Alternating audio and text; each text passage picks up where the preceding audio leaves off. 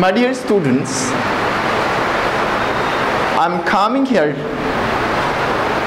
to discuss with you, not to teach you the topics or some things, pros and cons with you, okay, in the class. And I've been engaged, or the class has been arranged by Mr. Rajan Basamutari, the owner or makers of the Bodoland Engkong television. Okay, he has arranged this for your benefits, because you have been lost, you are loser for long days. Many times till now, till this time, it is 4 times now, 4 time lockdown. Okay, 4 time lockdown. So he has decided to give you something, to help you something, okay, by giving you this type of classes. Okay, now let me do my classes. Okay, please listen to me. Yesterday we did the first paragraph, small paragraph. Then today let's start second paragraph. Kurk or Kadagu. Yesterday I told you, Kurk or Kadagu. Kurk or Kadagu. Kadagu.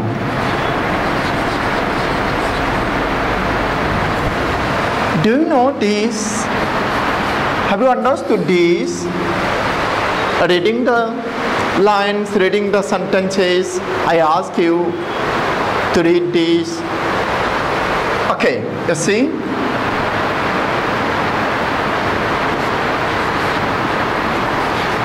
Bodo, Boro. Bodo, Boro. Or Bodo, Boro,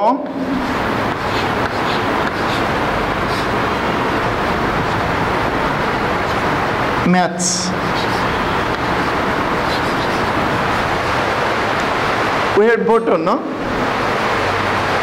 We had Bodo. We had Bodo. We had Bodo. And Bengal. The Bodo of West Bengal, North Bengal, they introduce themselves as Mets. The Bengalis address them as Mets. Okay, like this. Kurk, Kadagu. Kurk is Kadagu, Kadagu is Kurk. So you see, Kurk, not Kurgi, yeah, Kurk and Kadagu. Let us see. Kurk or Kadagu, the smallest district of Karnataka. The smallest district of Karnataka is home to evergreen rainforest, spices and coffee plantations. Yes. You Assam, yes, Shivsagar, Dibrugarh, okay. Shivsagar, Dibrugarh are famous for tea gardens. These states, E-S-T-A-T-E, states, plural states, not state. S-T-A-T-E, it is something different. State, in case of Bagan, it is state. Okay, now see,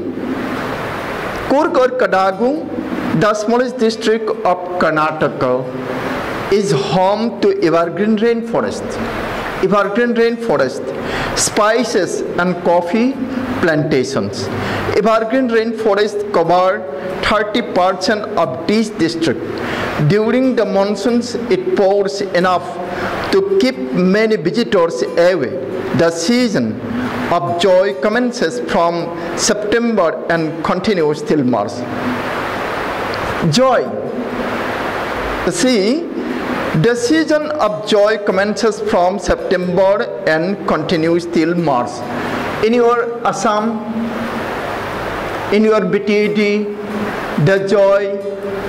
the season of joy, okay, which one?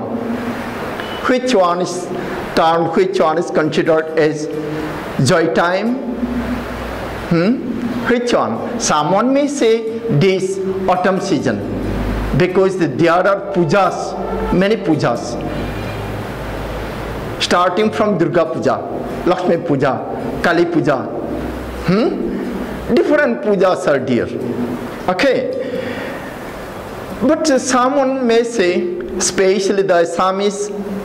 may say, may reply this in this case, that this Bahag Bihu to Mag Bihu,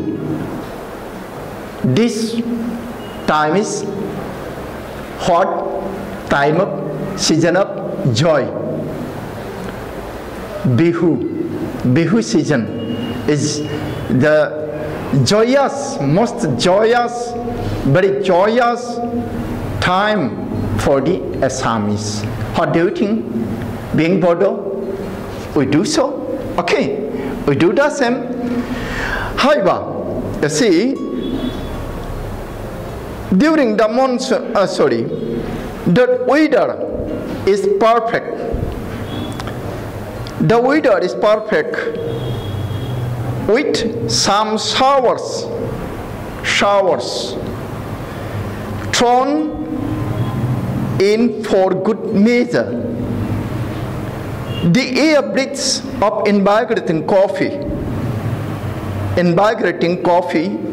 that means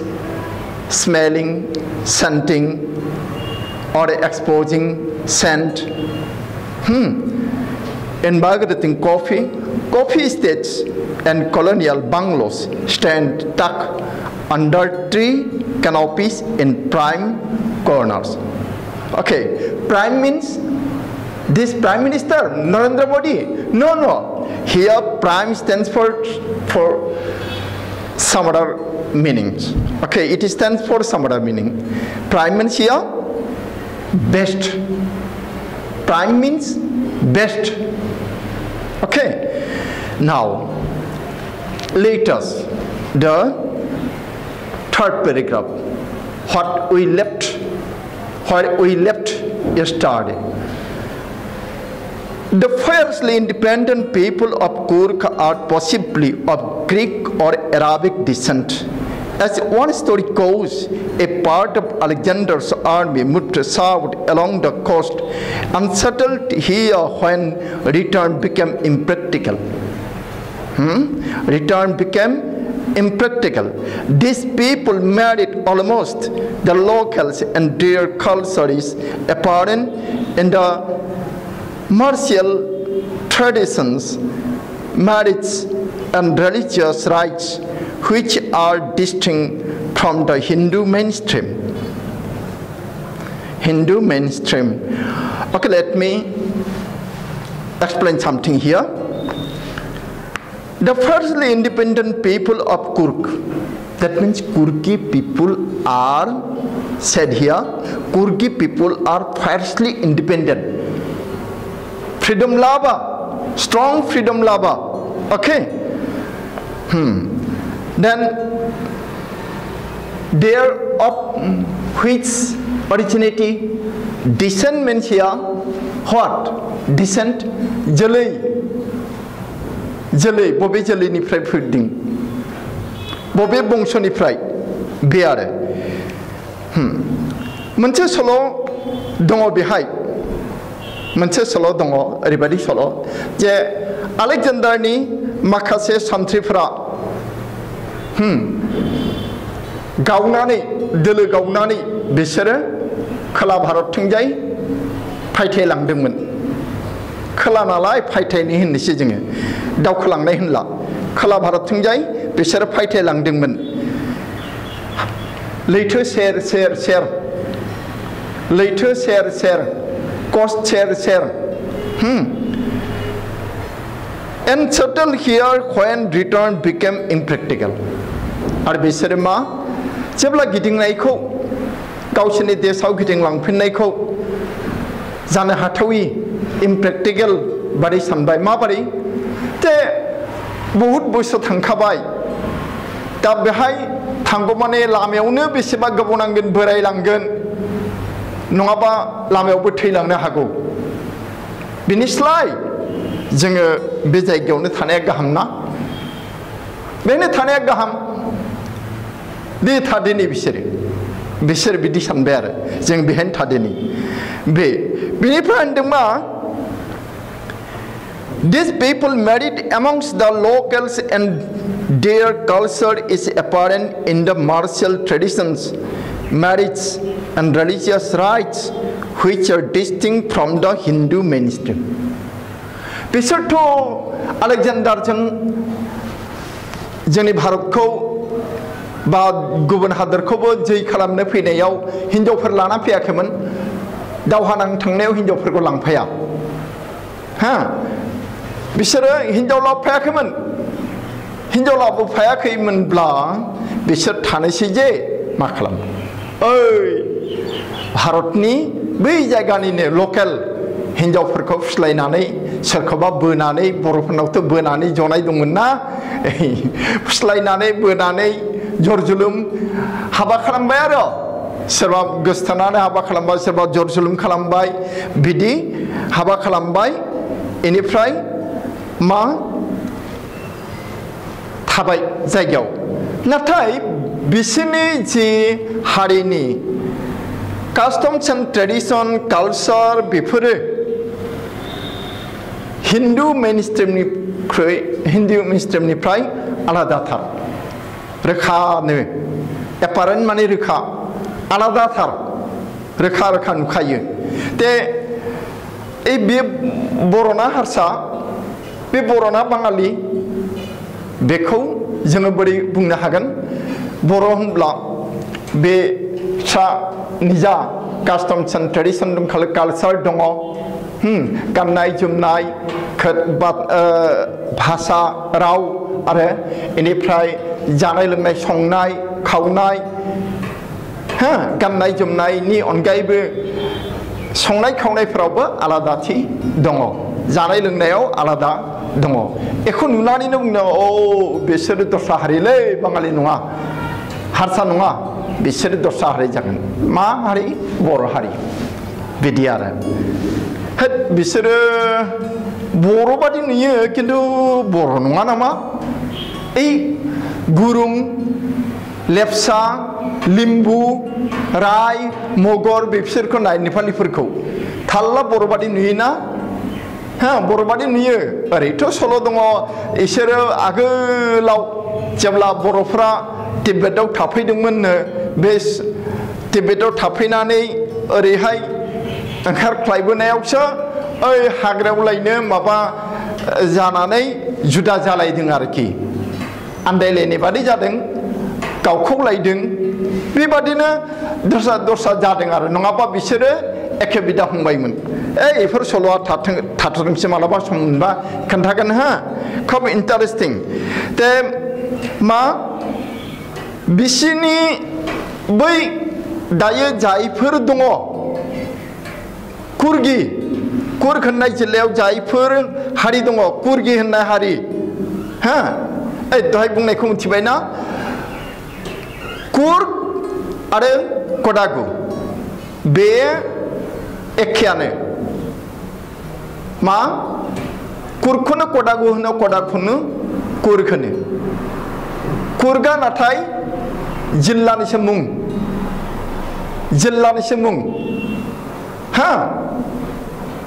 आरो बे जिल्लाखौनो कोडागु होननानैबो बुङो मालाबा कुर्ग होनो मालाबा कोडागु होनो बे आरो ते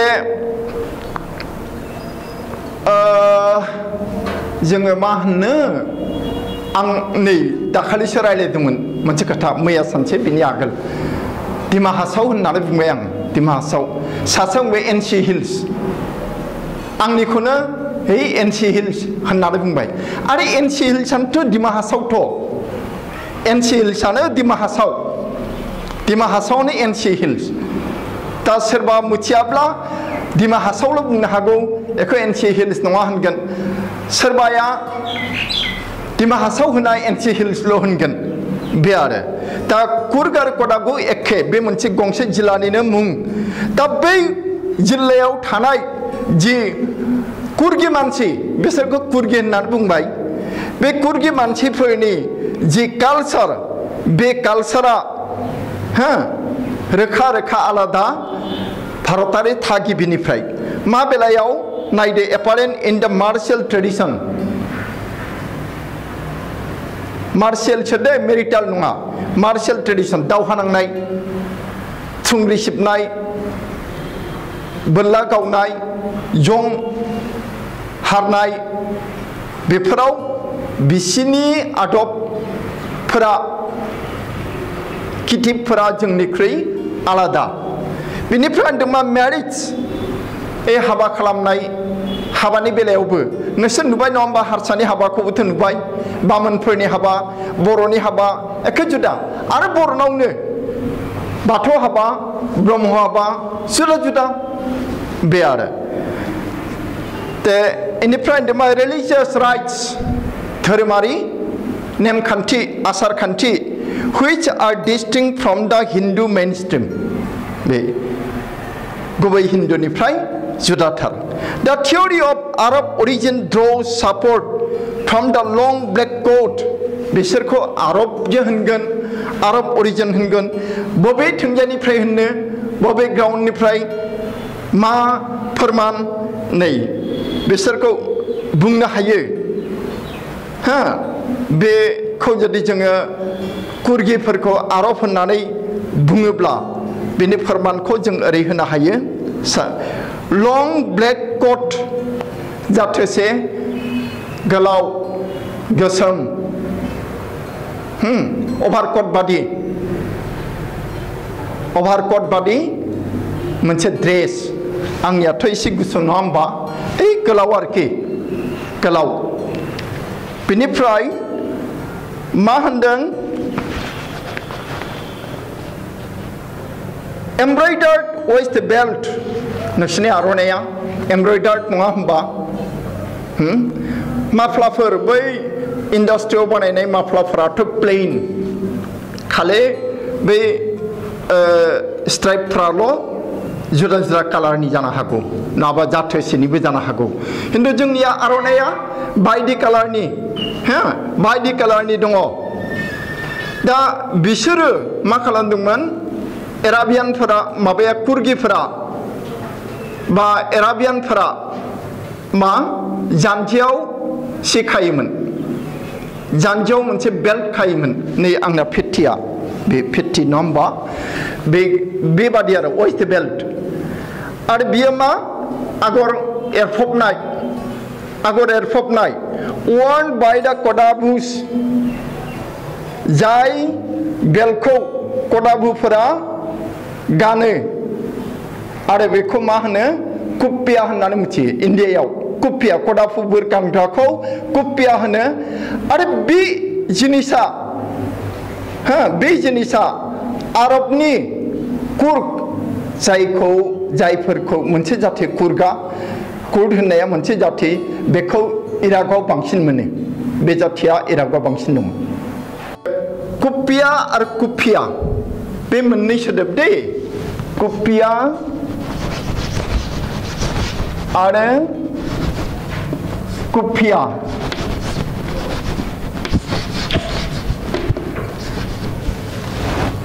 बे इन्डियान बे एराबियान आं बिदि लिरबाय नङाबाबो दे बे कुफिया सोदोबा इन्डियानि मोनसे जाथिया बुङो बे मोनसे ड्रेसनि मुं बबे जाथिया बुङो कुर्दिसफोरा बुङो कुर्द कुर्गिफोरा बुङो आरो बेखौ कुर्गिफोरा बुङो आरो नैबे एखे सोदोबखौ बेहाय डाबल पी बेहाय डाबल एफ कुफिया नोंसोर गोसोआव लाखि बेहाय इन्डियान बेहाय एराबियान होननाय लोगो लोगो सोर ओइ इराकनि ल' नङा दस्रा देशावबो दङ बिसोरो कुर्द बा कुर्दिसफोर बिसोरो बुङो आरो बे जाथोसे ड्रेसनि मुं दै दा Kurgi homes have a tradition of hospitality and they are more than willing to recount numerous tales of valor related to their sons and fathers. मा होनदों कुर्गि मानसिनि बा कुर्गि जाथियाव आलासि बरायनाय नेम दङ आलासि सिबिनाय हुदा दङ जों बर'फोराबो आलासि सिबियो आलासि फैबानो जिराय जिराय होननानै बुङो आलासि नङा गामिनि सोरबा मानसि फैबाबो जोङो जिरायनो होयो सियार जासियो बेन्चआव जिरायनो थोनो नङा होमबा नाथाय माखासे ओरैबायदि जाथि दङ ओइ नोङो सिलायाव थां सोंजागोन मा नांगौमोन सोरखौ नांगौमोन मा खोथामोन आरो बाहेरा आउट जनो थोननायबो गैया गय जालां होननायबो गैया जोंनावथ' गय जालां साहा लोंलां बिदि दङ नङा होमबा बे कुर्गि जाथिया कर्नाटकनि बे कुर्गि जाथिया जों बर'फोर बादिनो मा आलासि सिबियारि आलासि सिबिग्रा जाथि मोनसे ते मा होनदों इहाय बिसोरो कुर्गि जाथिफोरनि मानसिफोरा बा कुर्गि मानसिफोरा गावसिनि आगोलनि दिननि बा गावसिनि बंशनि आगोलनि बीर जोहोलावफोरनि बीर आइजोफोरनि खोथा बाथ्राफोरखौ खोन्थानो मोजां मोनसोगारो गुबुननोबो खोन्थायो न'खरावबो बोराय बुरैबा बा बिफाफोरा फिसाफोरनो खोन्थायो ओइ नोंबौआ ओरैमोनलै नोंबौनि बिफाया ओरैमोनलै बिदि सल'खौ खोन्थानो मोजां मोनो गोबां सल' दङ बे सल'फोरखौ कुर्गि मानसिया गावसिनि मानसिनोल' नङा गावसिनि न'खरावल' नङा गुबुन मानसिनोबो खोन्थानो मोजां मोनो आरो बे मोनसे मोजां हुदा जोंबो बिरगोस्रिनि सल' खोन्थायो जावलिया देवाननि सल' खोन्थायो सिखना जोहोलावनि सल' खोन्थायो नङा होमबा बेफोर मोजां खोन्थानांगौ जों आजिखालि सल'बाथा खोन्थाग्रा मानसियानो गैला बे गाज्रि नोंसोरो सल'बाथा खोनासंनांगौबो आरो खोन्थानोबो सोलोंनांगौ दे बे दानिया फैदो जे बे जाथिनि मुङै कुर्गि जाथिनि मुङै कर्नाटकआव भारतआव इन्डियायाव मोनसे आर्मि हान्जा दङ जेरै जोंहा आसाम रेजिमेन्ट दङ पान्जाबिफ्रा सिख रेजिमेन्ट दङ बेंगल रेजिमेन्ट दङ गारवाल रेजिमेन्ट दङ गरखा रेजिमेन्ट दङ बायदि रेजिमेन्ट दङ बे रेजिमेन्ट एसे मोनबेसे रेजिमेन्ट दंथाय आं बारा मिथिला इन्डियायाव जे बे रेजिमेन्टफोरनि मादाव अबे मुंदांखा नैबे आसाम रेजिमेन्ट सिख रेजिमेन्ट गरखा रेजिमेन्ट बिसोरो मुंदांखा बिदिनो जि कुर्ग रेजिमेन्ट कुर्ग रेजिमेन्ट कुर्गि जातिनि मानसिफोरखौनो लानानै जानाय बियो बांसिन दस्रा जातिनि बे साफा सानै थायो बे कुर्ग रेजिमेन्टआ इनायनो डिसिप्लिननि आर्मि हान्जा बिसोरो मा मुंदांखा भारतआव and the first chief of द इन्डियान आर्मी आरो इन्डियान आर्मिनि उदांस्रि जानायनि लोगो लोगो उदांस्रि मोननायनि लोगो लोगो जोंहाथ' सान्थ्रि हान्जा थानांबायना नङाबा देशखौ बोरै सालायनो देशखौ बोरै रैखा खालामनो सान्थ्रि हान्जा मोनसे दङ जोंहा दाबाय खिन्थु बे सान्थ्रि हान्जाखौ कामान खालामनो थाखाय गोजौआवथ' सासे थानांबाय जोंनि हादोरगिरिनि गाहायाव हादोरगिरिनि गाहायाव सासेथ' थानांबाय जायखौ चीफ अफ द आर्मी स्टाफ होननानै बुङो चीफ अफ द आर्मी स्टाफ बोसोरसे सिगां सोर दंमोन जोंहा बिपिन रावत दंमोन बे बिपिन रावत बादि दे भारताव उदांस्रि मोनग्रा गावनि आर्मिनि चीफ अफ द आर्मी सोरखौ खालामदों सासे मानसिखौ खालामदोंमोन बे कुर्गि मानसि आरो बिथांखौ जेनेरेल कारियाप्पा होननानै मिथिनाय जायोमोन दे जेनेरेल कारियाप्पा फुल मुंखौ आंबो बावबाय आं एखे बावबाय बोरैबा GS कारियाप्पा बिदि दं आरो आं मानो बेहाय फुरा नामखौ लिराखै आं बेखौ हले बारा मिथिया माबा जाहोनाव लिराखै आरो दे इन्डियानि आर्मिनि चीफ दा सासे कुर्गि मानसिमोन जायखौ जेनेरेल कारियाप्पा होननानै मिथिनाय जायो बिनि कुइसन मोनसे फैयो दे मालाबा फैखांबाय even now Kodabus are the only people in India permitted to carry firearms without a license दिनै जों नुनो मोनो भारतनि माखासे मानसिफोरा माखासे जातिफोरा माबा सिखा फालथांगा खुख्रि जं आरि लानानै लांदां फांदां थाबायनो मोनो लिरनाय लाइसेन्स गैया नाथाय बिस्रा खुगाजों खुगा बुंनाय पारमिसन दङ बेबादिनो जेरै जोंनि नर्थ इस्टनि हाजोफोरनि अका दफला फोरबादि नागाफोरबादिनो बे कुर्ग जातियाबो मा लाइसेन्स गैयालासिनो सिलायारि लानानै थाबायनाय फायार आर्म्स लानानै थाबायनो हानाय मोनथाय दङ लाबथिंनो हानाय मोनथाय दङ दे The river Kaveri obtains its water from the hills and forests of Kurg. बे कुर्गाव कर्नाटकआव आरो मोनसे दैमा दङ गेदेर दैमा मुंदांखा दैमा बे दैमानि मुङा जाबाय मा कावेरी बे कावेरी दैमाया बहानिफ्राय दै मोनो जोंनि ब्रह्मपुत्र बबेनिफ्राय मोनदों बुरलुंबुथुरा बबेनिफ्राय दै मोनो मानस सरोबरनिफ्राय आरो आफाङाव फैनानै बायदिसिना दैमाया बिनि बिखायाव बारसोमबाय दाजाब जाबाय दा कावेरीया बबेनिफ्राय मोनजेननाय दैखौ बिनि सर्सा मा ब्रह्मपुत्रनि सर्सा बुरलुंबुथुरनि सर्सा मानस सरोबर मानस मा बिलोमा दा कावेरीना बिदि बिलोमा गैया ओइ हाजोनिफ्राय निजरा ओंखारनाय बबेबा हाफांनिफ्राय निजरा ओंखारनाय बिदि निजराफोरानो कावेरीनि सर्स जानो हागौ बेखायनो कावेरी दैमाया खोब गिदिर नङा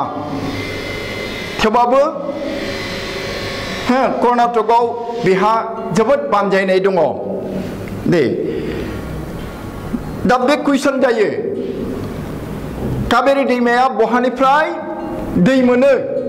दे Mahasir a large freshwater fish abound in these waters कावेरीनि बै दै आरो कावेरीनि अनगायैबो गुबुन दैमाफोरनि दैयाव हयथ' बिलोफ्रावबो जानो हागौ जाथोसे ना दङ जाय नाया खोल जोंखोल दैयावसो साफा दैयावसो थायो आरो बे नानि मुङानो जाबाय महासिर बेबो कुइसन फैयो दानिया फैदों किंफिशार्स डाइव फर देयार केट्स किंगफिशार मानसि लांखार जे होनो जोङो ना साबग्रा दाउ हा बायदि बायदि ना साबग्रा दाउ दंना बे ना साबग्रा दाउआ बै महासेर होननाय नाखौ साबनो दैयाव बारसोमो दैयाव मा हरखाबनो थब्ल'हैयो While squirrels and lemurs drop partially eaten fruit for the mischief of enjoying the splash and the ripple effect in the clear water. गुबुन फारसेथिंजाय नायदो किंगफिशारा जुदि ना साबनो बारसोमदोंबा दैयाव ओजोंहाय खेरखेथुआ स्क्वारेल माने खेरखेथुआ आरो लेंगुर जाथायसे मोख्रा खेरखेथुआ आरो मोख्राया मा खालामो इसोरखौथ' जों एसे दुस्त बादि मोनो हा ओइ समफ्रामबादि फिथाइ आदुमब्रा फिथाइ हा दुम्रु फिथाइ बा माबा फिथाइ बेफोरखौ जासाब जाराब खालामनानै बा खावसे जानानै खावसेखौ दैयाव खुबैहरो हा दैयाव खुबैहरबा बे थाब गोदाव जे जायगायाव सौहैबाय दैयाव गोग्लैहैबाय बे जायगायाव साव दैखौ नारो आंबो दुगैनाय समाव मा ओइ अन्थाइ दाब्लांफोर ओरै खुबैयोमोन एम्बु बारहोनाय होननानै बुङो दैया स्राव स्राव थाङो आरो नैबे आखाइ थालाजों ओरै ओरै खालामनानै ओरै नारो आरो ओमफ्राय दैया स्राव थाङो ना मोजां मोनो इदि गेलेनो दा बे खेरखेथुआ आरो मोख्राफोरा कर्नाटकनि कुर्गनि बे खेरखेथुआ मोख्राफोरा बिदिनो गावसोर जाफ्रामनाय फिथाइखौ दैयाव खुबैहरो एन्जयिं द स्प्लाश दै जामफाव जानायखौ दै सारफावनायखौ बिसोर नायनो मोजां मोनो जेनेबा and the ripple effect in the clear water बे जे क्लियार वाटार बेहाय जे दैया जाफाव जाबाय बेहाय साननि मोदाननाय माबा रिफिखाङो जेरै जायख्लं जायो बे रोखोमनि माबा मोनसे जायो आरो बेखौ बिसोर जेन नायनो मोजां मोनो Elephants enjoy being bathed and scrubbed in the river by their mouths. बेनि उनाव मा जालायबाय ओइ मैदेरफ्रा न'नि फिसिनाय मैदेरसो दे हाग्रानि मैदेर नङा ना कर्नाटकआव हाग्रानि मैदेरबो दङ दा बे न'नि फिसिनाय मैदेरफोरा माहतजों दैमायाव लांजायो दैमायाव थांनानै बिसोरो दुगैयो मैदेरा दुगैयो आरो माहुता मा खालामो अबा दै नाङाखै बेखौ दैखौ सारना होयो बेनिफ्राय मोदोमखौ फुनानै होयो बे स्क्राब बे सोदोबा हा स्क्राब सोदोबा SCRUB पास्ट टेन्स बेहाय पास्ट टेन्स आङो प्रेजेन्ट टेन्सआव बुंदों SCRUB स्क्राब बे जाबाय मानजिनाय बे जाथोसे रोखोमनि ब्रास दङ बारा गोरा नङा बारा गुरैबो नङा बेजों मैदेरखौ मोदोम फुयो आरो माउतफोरा दा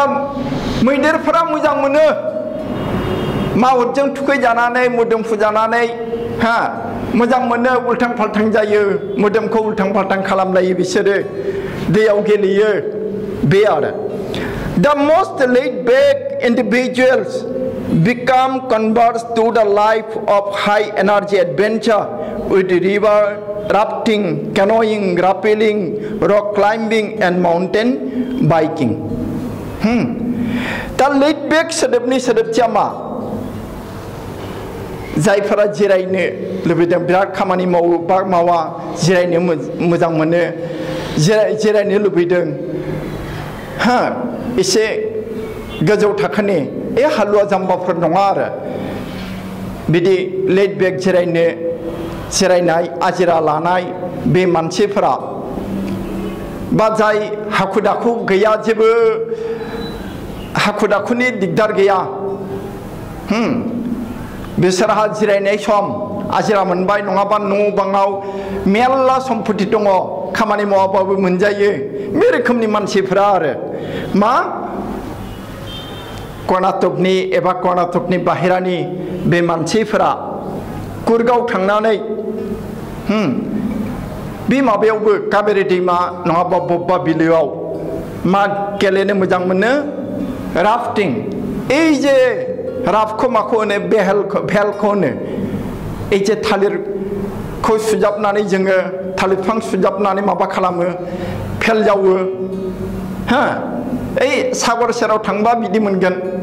सागर सेरनि मानसिफोरा बिदि दंफां गोलावखौनो फारसेथिं जंब्लिद जंब्लिद खालामनानै नोंसोर काट पेन्सिल सैनाय बादि जंब्लिद जंब्लिद खालामनानै बिसोरो बेखौ खाजाबनानै फेल बानायो आरो सागराव थाङो बेजोंनो नाम सारो जे सायो बे आरो बेखौनो राफ्टिं होननानै बुंदों आरो केनुइं जाथोसे रोखोमनि मा फिसा नाव जेराव सानै खोब बारा सानै सासे बिदि गाखोजायो आरो बारा गाखोनो हाया थुलुं बुथुं जायो हा बेनो जाबाय केनुइं नाव फिसा जावनाय रापेलिं माखौ होनदों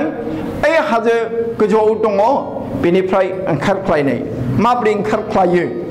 हा सोरबा सोरबा मानसिया गाखोनो रोंगौ ओंखारनो रोङा दंफाङाव दा बै जे गोजौनिफ्राय हाजो गोजौनिफ्राय गाहायाव ओंखारनाय बेखौ रापेलिं होननानै बुङो हा नोंसोरो दार्जिलिंआव थांबायबा हयथ' नुबायबो जानो हागौ दार्जिलिंआव बै मोनसे स्पटआव मा दङ रक वेनि आरो साहाबाव मा दङ बेहाय मोनसे साहा बागान दं बिनि सेरावनो लामानि फारनैथिंबो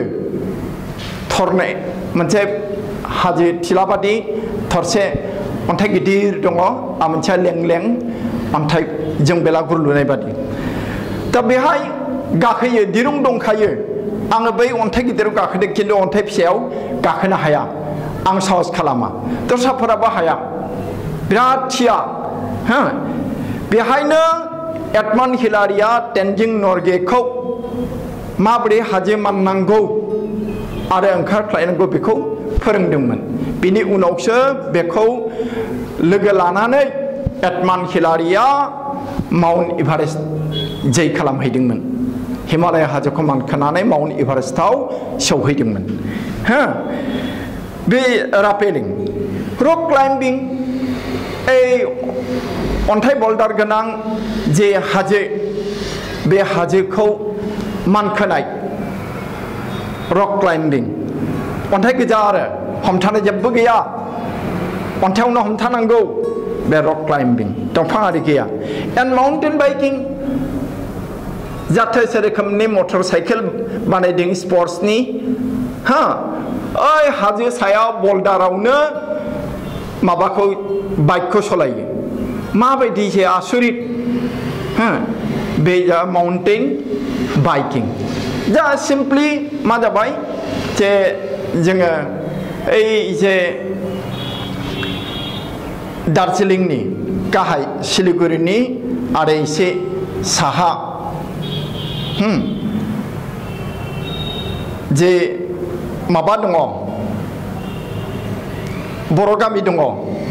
बे बर' गामि खाथिनिफ्रायनो दार्जिलिंआव थांनो हानाय गोजौआव थांनो हानाय लामा दं लामाया गुसेब ओइ दोंसेया गुवार बे खिन्थु गुसेब हा दा बेजोंबो बाइक सालायलाङो मानसिफोरा बेबो माउन्टेन बाइकिं बे आरो दा बिनि उनाव मा जे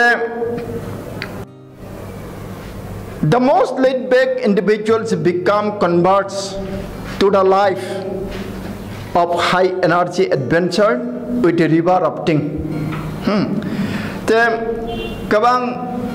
आराम खालामनाय बा जिरायनाय मानसि ते न'खरफोराव धोन सम्पति दङ मेरला बेंक एकाउन्ट दङ सिन्ता गैया मावाबाबो खामानि मावाबाबो बिदि मानसिफोरा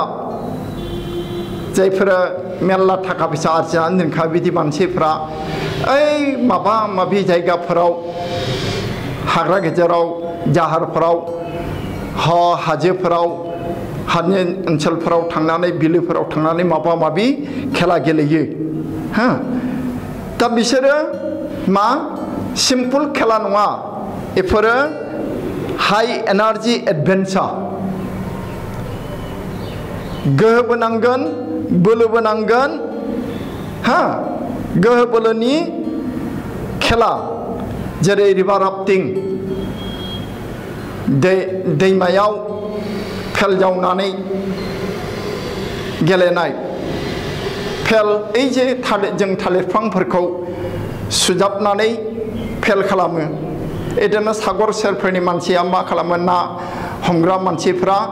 दंफांखौनो गोलाव गोलाव दंफांखौ फारसेथिंजाय नोंसोर काट पेन्सिल फारनाय बादि बे फारसेथिं जंब्लिद खालामनानै ए दंफांखौनो सुजाबनानै सागराव जावो हा आरो ना हमो जे सायो बे आरो बे मोनसे खेला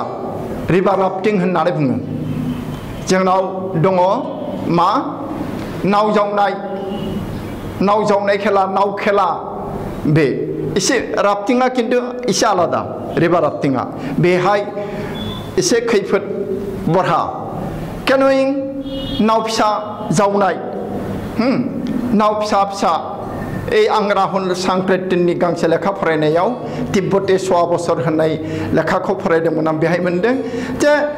ओइ तिब्बेतफोराव भुटानफोराव लायनो मा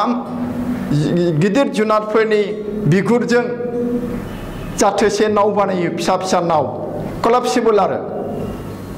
जेब्ला दरखार अब्ला खुलिनानै फिटिं खालामबाय जेब्ला गैला सिफायनानै लाजायो कलाप्सिबल नाव बे केन'इं ओइ बिराद दाहार दैफोराव बेखौ सलायो ओंखारख्लायबोनाय आरो दावखोनाय नङा ओंखारख्लायबोनाय बे जाबाय केन'इं रापेलिं बै जे गोजौ हाजोनिफ्राय ओंखारख्लायनाय माबोरै ओंखारख्लायनांगौ सोरबा मानसिया दंफांखौ गाखोनो रोंगौ ओंखारनो रोङा हा बिदि दङ गाखोनो रोंगौ खिन्थु ओंखारनो रोङा बे एडमान्ड हिलारिया माउन्ट एभारेस्ट जै खालामनो थांनोनि सिगां दार्जिलिंआव बे नर्गे तेनजिं नर्गेखौ नागिरना मोनदोंमोन बेखौ गावजों लांफानो हागोन बा बे मानसिया फिटेड जागोन होननानै साननो हादोंमोन आरो बे नाथाय मानखोनो थांनायनि सिगां बियो जुदिअ हाजोआव माल रोगाग्राखा तेनजिं नर्गेया थेवब्लाबो बेखौ ट्रेनिं होनांगोन होननानै एडमान्ड हिलारिया सानदोंमोन आरो दार्जिलिंनि टाउन गेजेरावनो साहा एसे आसाम रेजिमेन्टनि हेडक्वार्टार बा अफिस माने केम्प मोननायनि सिगां मोनसे जायगा दङ साहा बागान गोजा बेहाय अन्थाइ थाइनै दं हाजो लामानि फारनैथिंबो मोनसेया गिदिर आरो मोनसेया लें फिसा दा बे अन्थाइयाव ओइ गोजौआव दिरुं खाखानाय दं बेजों मानखोनो हायो आरो ओंखारख्लायनो हायो सोरबा गोसोब्ला ओरैनो गाखोबाय दिरुं लायालासेनो सोरबा हायाब्ला दिरुंनि मदद लानानै गाखोबाय आरो ओंखारख्लायबाय बिदि हा दा 20 थाखा जाबाय खोमा 20 थाखा होनानै माबानांगौ आरो मानखोनांगौ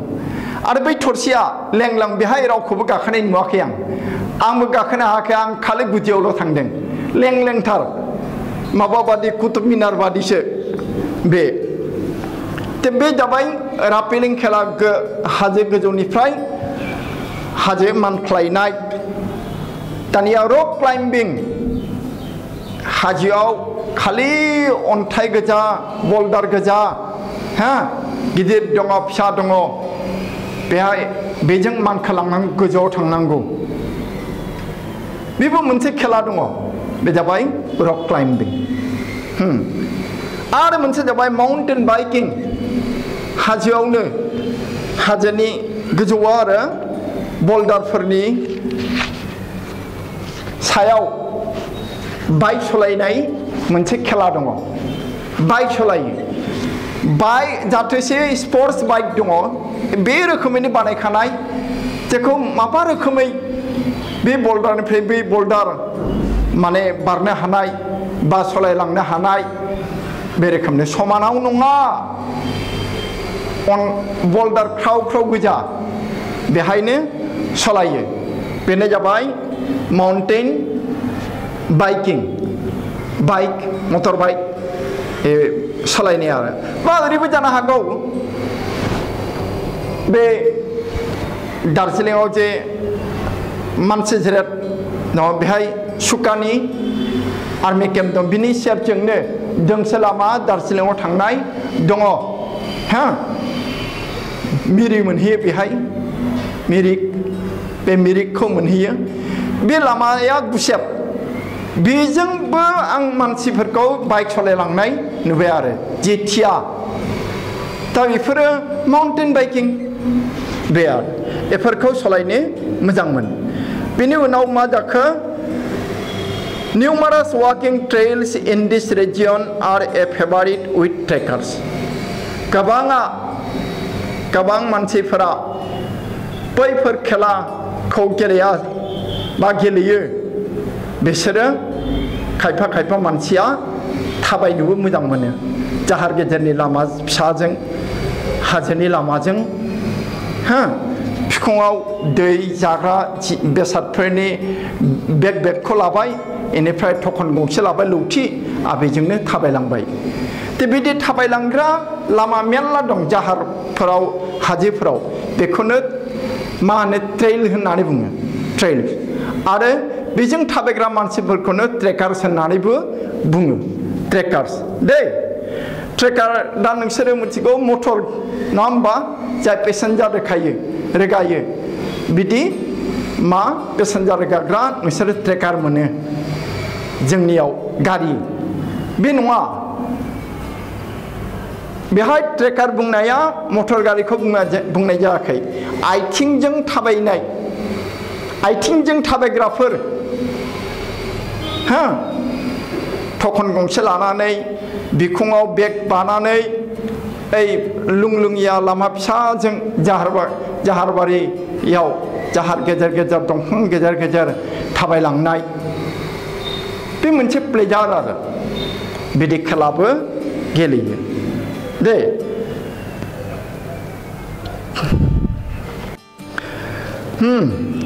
बाटारफ्लाइस माने सिख्रि बे मेघालयनि बै थिंजाय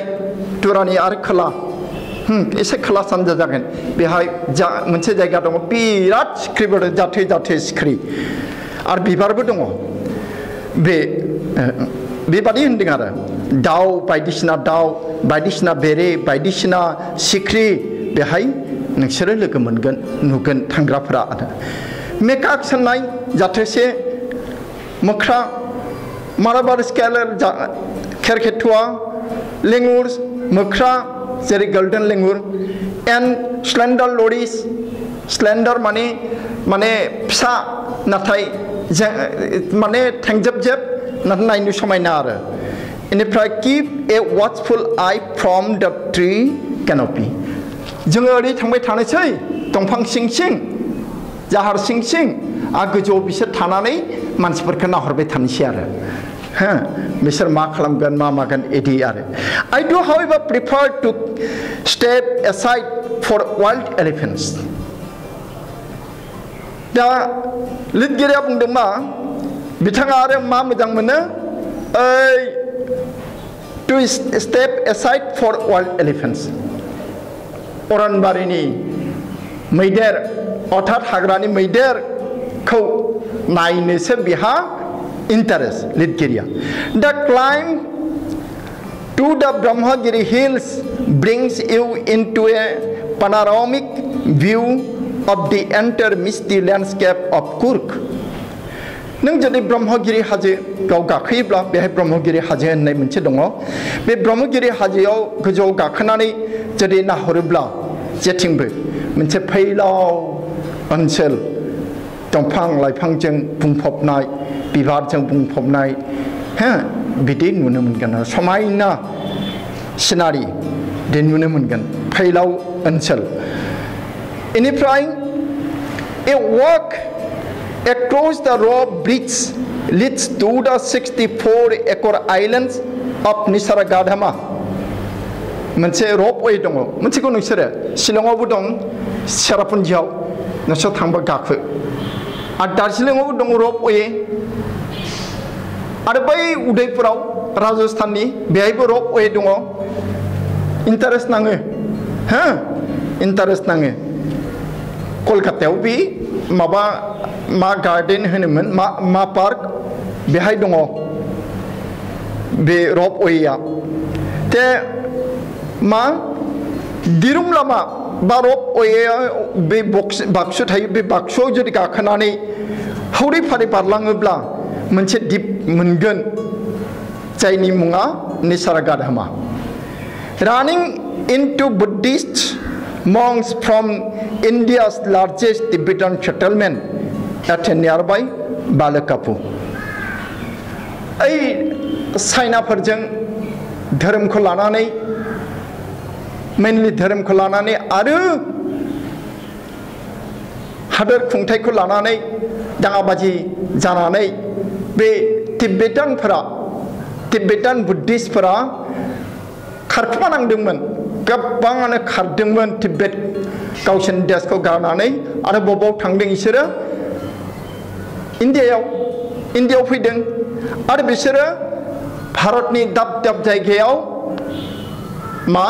थांलाबायदों आरो बेहायनो कुर्ग होननाय जिल्लायाव बाइलाकापु होननाय मोनसे जायगा दङ बे बाइलाकापुआव बिसोरो थांनानै बाहा लाहैदोंमोन जाय माने नलनानै थाहैदोंमोन कुर्ग जिल्लानि थाखाय बे मोनसे बनास माननाय जादों ओइ गलाघाट कार्बि आंलं बे डिस्ट्रिक्टनि थाखाय काजिरङाया मोनसे बनास दाजाबदेरनाय एरदेरनाय बे आरो द monks in red ochre and yellow robes